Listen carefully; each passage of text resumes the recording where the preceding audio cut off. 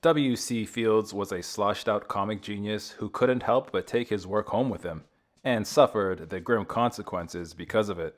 By the 1940s, no one could work with W.C. Fields. His health was failing and his money was gone, but he hadn't even hit rock bottom yet. While he was out of town, authorities rushed to his home. When Fields learned the chilling reason why, it finally broke him. Stay tuned for more on that later. You couldn't exactly call W.C. Fields a chameleon, whether he was in a film, on stage, or on the radio. Fields presented pretty much the same sardonic, slightly tipsy character. Where it gets difficult is trying to separate the persona from the man. Surely when Fields got home, he hung up his curmudgeonly character at the door and took a break, right? You would think so. And yet, well, see for yourself. At his birth on January 29, 1880 in Darby, Pennsylvania, W.C. Fields' name was William Claude Duncanfield. The story goes that Fields did not get along with his working-class father at all. It got so bad that Fields fled the house as a boy to live on the streets of Philadelphia. It's quite a colorful childhood story. There's just one problem. It was completely made up. It turns out Fields spent years greatly exaggerating his childhood woes. Fields liked telling anecdotes about growing up tough on the mean streets of Philadelphia, but the truth was something different. Though he might have run away after a tantrum or two, Fields' home life was actually stable and happy. After seeing a local show, young Fields found his passion, and it ignited a lifelong career. After seeing a juggler perform, Fields quickly became obsessed with the art. He worked hard at perfecting his skill, and by the age of 17, he was performing in theaters and churches. But even from an early age, there was one thing W.C. Fields always hated: a small crowd. But his way of making sure the house was full was completely unhinged. If the theater wasn't full, Fields would dramatically throw himself into a nearby body of water, a lake, a river, whatever was close by, and pretend to drown. It always caused a commotion and, at the end of the day, put bums in the seats. Believe it or not, the drowning thing was working, but Fields also needed an original look. When he couldn't think of his own, he realized he could just take someone else's. A man named James Edward Harrigan had become famous as a juggling tramp. Fields couldn't think of his own shtick, so he just copied Harrigan's. He got a worn-out tuxedo, let his beard grow scruffy, and voila, he was tramp juggler, and ready to perform. But when Harrigan found out what Fields had done, he came to a show looking for revenge. Harrigan found out where Fields was performing and showed up that night looking to have a word with his new hobo juggler. Fields, sensing that this would not go well, got the heads up and managed to sneak out before Harrigan could find him. But this wasn't the end of the story. Fields knew he could only avoid the irate Harrigan for so long. He had to think of a way out of this mess, or face the consequences. Fields had two reasons to change his look: to get Harrigan off his back, and because there was now a lot of tramp jugglers out there. So next, Fields spruced himself up and branded himself the eccentric juggler. He also thought it was a good time to hit the road for a tour. But as he waved goodbye to his family from the train, he couldn't escape one fear in the back of his mind. Fields had a secret, and he knew that it could completely derail his career. Fields knew that adding a bit of hilarious dialogue to his act would give him a boost. But there was a problem. He had a persistent stutter. To combat this, he started mumbling and swearing under his breath, much like his mother used to do. Lucky for him, audiences ate it up, and his new popularity propelled his tour to Europe and Australia. W.C. Fields was getting bigger and bigger, but he needed help to reach the next level. People were now calling Fields the world's greatest juggler, and the world's greatest juggler needs an assistant. Fields chose a coarse girl named Harriet Hughes as his sidekick, who he humorously blamed if anything went wrong during his performance. But they didn't just keep it professional. It wasn't long before Fields gave Hughes a romantic promotion from sidekick to wife. Fields' popularity got him to work on Broadway in The Ham Tree.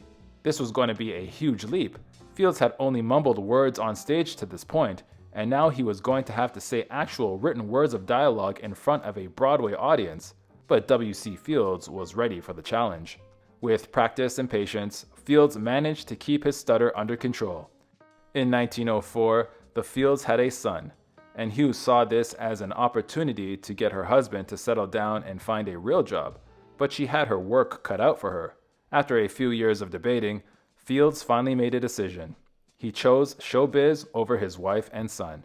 He said goodbye to his little family with an agreement to make regular payments. While he was saying goodbye to his wife and child, he said goodbye to something else he loved dearly. When Fields joined the Ziegfeld Follies revue on Broadway, he finally quit juggling, but he just replaced the balls with billiard balls. He started performing a new show that used a specially made billiards table and strangely shaped cues. This rigged equipment let Fields wow audiences with amazing and hilarious trick shots, but Fields got an even better reception from one of his co-stars. Fields' Follies act attracted showgirl Bessie Poole. He was still married, so he and Poole could go no further than boyfriend and girlfriend. This didn't stop them from having a child, who they named William Rexford Fields Morris. Fields apparently never saw his son, not even once. He had only one focus, his career. Poole had a career too, so she had a heartbreaking decision to make. Poole was basically a single mom as Fields, the father of her child, was still married to his first wife. Poole realized that having a kid would hinder her passionate pursuit of fame. She happened to know a couple who had no children, and she handed her son over to them. Fields and Poole went off to find fame, leaving their baby behind them. Fields was back on Broadway in a show called Poppy. Here, he plays a grifter who adopts an orphan and teaches her his ways. Playing a con artist appealed to Fields, and he decided to integrate it into his stage persona. Well, as we know, a new persona required a new look. Instead of coming up with his own, he once again looked for one he could borrow. Around this time, there was a comic strip called Ali Sloper. Sloper was also a con artist, and he had a very identifiable wardrobe. He always wore a top hat, a coat, and carried a cane. Fields adopted this costume as his own and never looked back. So far, Fields had borrowed 2 looks from others. That means you could call what Fields did next the definition of irony. Fields suddenly realized that if you could borrow other people's ideas, then someone might try to borrow his. He put a large ad in Variety warning any borrowers that they'd face his lawyers if he caught them using his material. After a successful film version of Poppy, there was That Royal Girl. Fields was a last-minute addition to bring comic relief to the film. The joke was that Fields' character was almost constantly inebriated. This gave Fields an idea. It might be funny for his ongoing con artist character to be a heavy drinker. He had no idea what he just stumbled upon. Fields' inebriated character found huge success in silent movies, which he made in New York. When Paramount decided to move its entire operation to the West Coast, Fields had to choose between Broadway and Hollywood. The sunshine of California won out, and Fields got ready to move. Fields wanted to arrive in Hollywood a free man, so he had to dump his girlfriend Poole. He heartlessly had her sign an affidavit saying he was not the father of her child, for which he paid her $20,000. While Fields did support his son until the boy turned 19, when asked about Poole thereafter, he denied even knowing her. When Fields arrived in Hollywood, Paramount partnered him up with Chester Conklin, an actor and friend of Charlie Chaplin and Mabel Normand. Fields likely thought he'd take Hollywood by storm. He was in for a rude awakening. His first films were all financial failures. Notably, these failures were all silent films, and it came out later that Fields had a very weird habit when making them. When Fields made silent films, he did something very odd. He insisted on wearing a very cheap fake mustache. When asked later, Fields said he spitefully wore it because audiences hated it. Okay, so this could be the part of the reason his silent films flopped. In 1932, Fields got a role in $1 Million Legs, which some have called the funniest movie ever made. Other critics call it silly, odd, and artless. The story is about a president of a fictional country entering the 1932 Olympics because he has strong legs. Believe it or not, it wasn't a smash hit. Fields was desperate to succeed in Hollywood, and he'd go to absurd lengths to do it.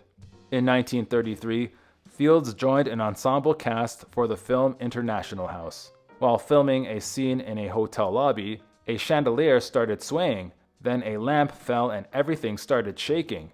The cameras were rolling when the earthquake struck, and you can see Fields calmly getting his fellow actors off the set to safety. That earthquake claimed 120 lives in the end, so when Paramount saw the footage, they hatched a plan to make some money. Paramount lucked into gold with their footage of a startled cast dealing with an earthquake. They released it for newsreels across the country, earning International House some amazing publicity. As the hero of the footage, Fields definitely came out of it looking pretty great too, but once again, it was all a lie. Years later, when the truth came out, it was clear that Fields had not earned hero status at all. The truth was that Fields and the director had faked the earthquake scene.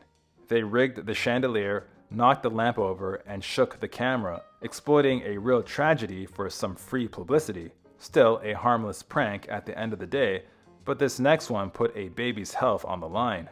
In 1934, Fields was making the old-fashioned way with child star Baby Leroy. Everyone knew that Fields didn't like working with children, but what he did took it too far. Fields secretly spiked 2-year-old Leroy's milk bottle with booze. When the baby was too tipsy to work, they had to stop filming for the day. Next, Fields was acting with another child in David Copperfield, but this time was different.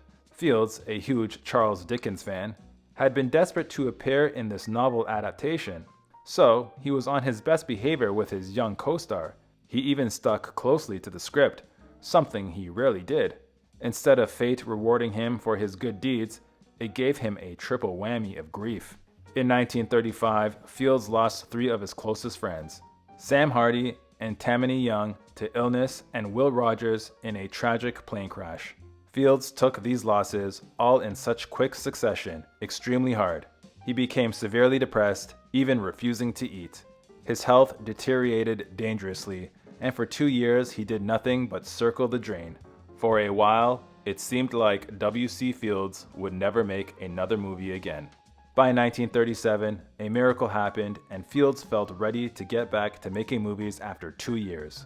His first feature back was The Big Broadcast of 1938, and you'd expect Fields to be happy to making films again. Nope.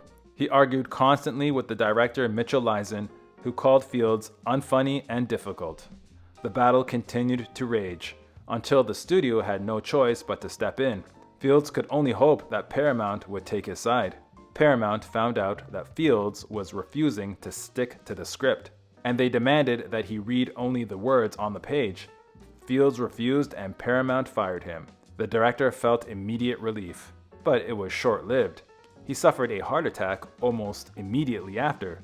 The Big Broadcast of 1938 was a big flop, and Fields' health was declining again.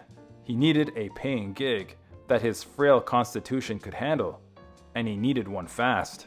Fields decided that radio was the answer, and he teamed up with ventriloquist Edgar Bergen and his dummy Charlie McCarthy.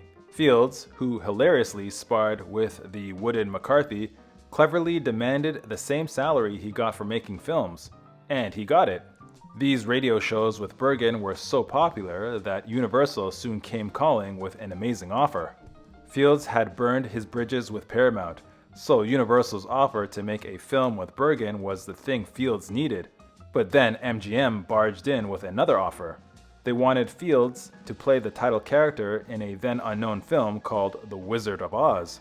Fields knew that his gig with Bergen was a sure thing, so he said no to MGM. And then the second thoughts came tumbling in. He'd said no to The Wizard of Oz in order to play a small role opposite a wooden dummy. What was he thinking? Fields wanted to beef up his role in the movie with Bergen to make himself feel better, so as usual, he came up with a plan. He convinced Universal to hire him to create the story. Fields, now in the driver's seat, immediately turned his character into the lead. In 1941, Universal decided to give Fields free rein on one film. This was Never Give a Sucker an Even Break, and Fields stuck to a familiar plot. He would play himself, trying to sell an off-the-wall screenplay to producers. Fields wrote, cast, produced, and starred in this film, and I'm sure more than a few people would delight in seeing him fail. If the movie was a hit, Fields would have the best "I told you so" moment of his life. Of course, a flop could end his career. The stakes couldn't be higher. For some reason, the censors were immediately on top of Fields' new film. They were so paranoid that they wouldn't even allow Fields to film images of bananas and pineapples, as they contributed to an obscene story.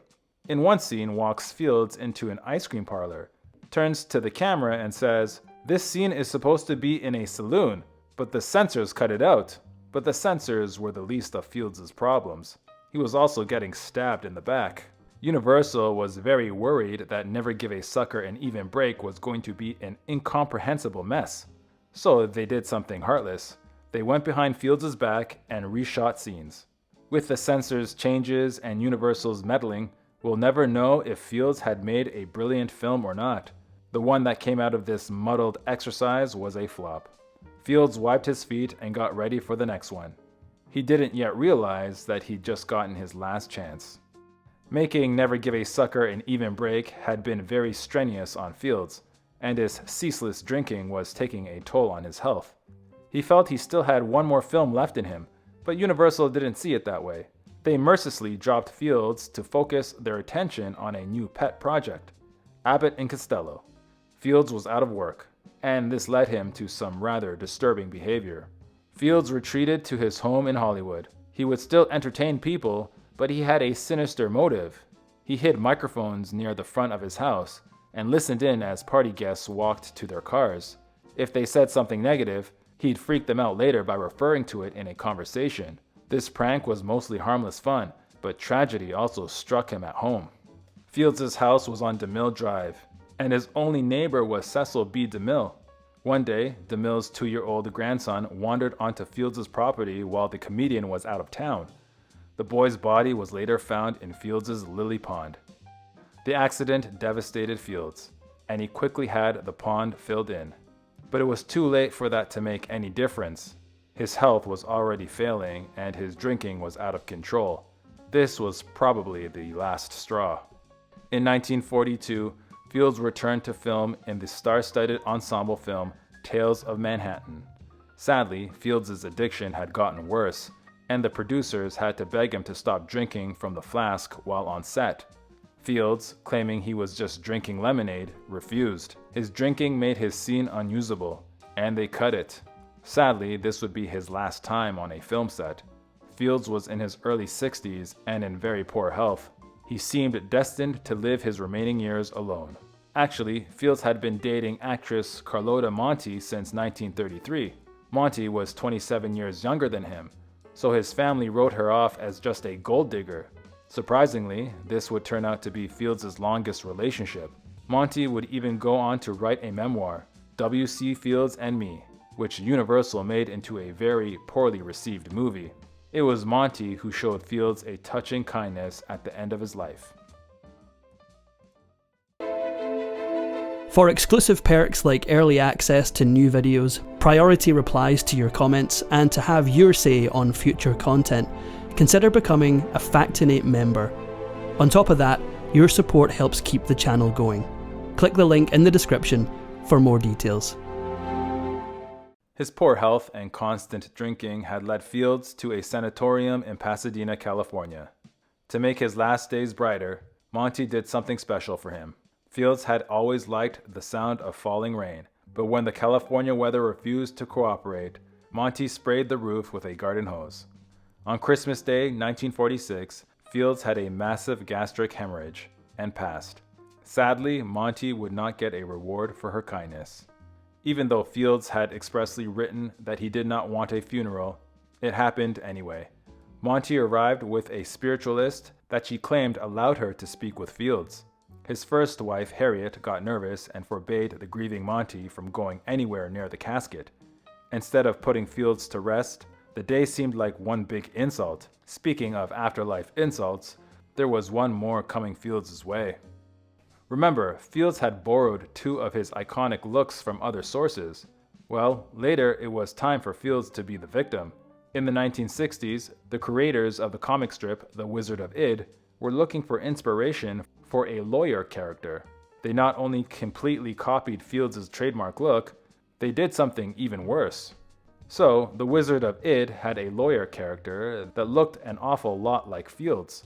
When they needed a name for the character, they callously stole from Fields again. One of Fields' many pseudonyms was Larson E. Whipsnade. Well, in The Wizard of Id, it became Larson E. Pettifogger. The joke is that Larson E sounds like larceny, which, of course, means theft. If you enjoyed this Factinate video, give it a thumbs up and subscribe for more incredible stories. Want a say in who we cover next? Join our membership program through the link in the description for exclusive perks. Your support means everything to us. Thanks for watching, and we'll see you on the next one.